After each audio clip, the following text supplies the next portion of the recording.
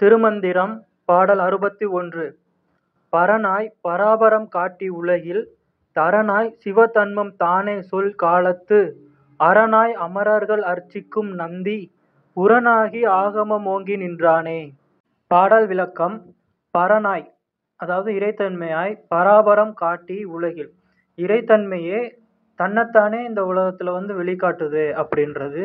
தரனாய் சிவதன்மம் தானே சொல் காலத்து. இப்ப உதாரணமா திருமூலர் ஐயாவை எடுத்துக்கிட்டோம் அப்படின்னா, அவர் என்ன சொல்றாருன்னா, அவர் வழியா அவருக்கு உள்ள இருக்கிற இறைத்தன்மை இந்த உலகத்துல வெளிப்படுது. அதாவது இப்ப இந்த இது நம்ம படிக்கிறோம் அப்படின்னா, அதற்கு காரணம் என்ன அப்படின்னா, தன்னை உணர்ந்து கொள்ள வேண்டும் அப்படின்றது தான் எல்லா ஆன்மாக்களோடையுமே ஒரு முக்கியமான ஒரு இலக்கு அப்படின்றதுனால, சிவத்தன்மை அதனை அதனை எந்நேரமுமே வெளிக்காட்டி கொண்டு தான் இருக்கு.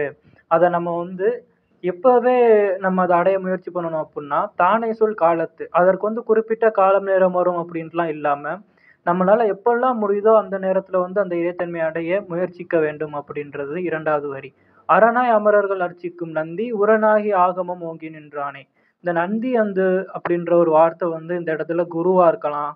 இல்ல ஆக்சுவலா இருக்காங்கல்ல நந்தி பெருமான், சிவனுடைய வாகனம் அப்படின்ட்டு நம்மலாம் கேள்விப்படுறோம் இல்லையா? அந்த நந்தி. அந்த நந்திக்கு பின்னாடி ஏகப்பட்ட பொருட்கள் இருக்கிறது.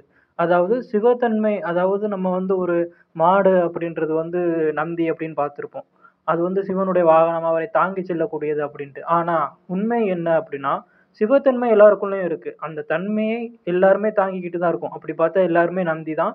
ஆனா எது உண்மையிலேயே அந்த நந்தி தன்மை அப்படின்னா, யாரு ஒருத்தவங்க அந்த சிவத்தன்மையை உணர்ந்தாங்க அப்படின்றவங்களோ அதுதான் நந்தி. அந்த உணர்தலை முதலில் அடைந்தவர் பெயர் நந்தி.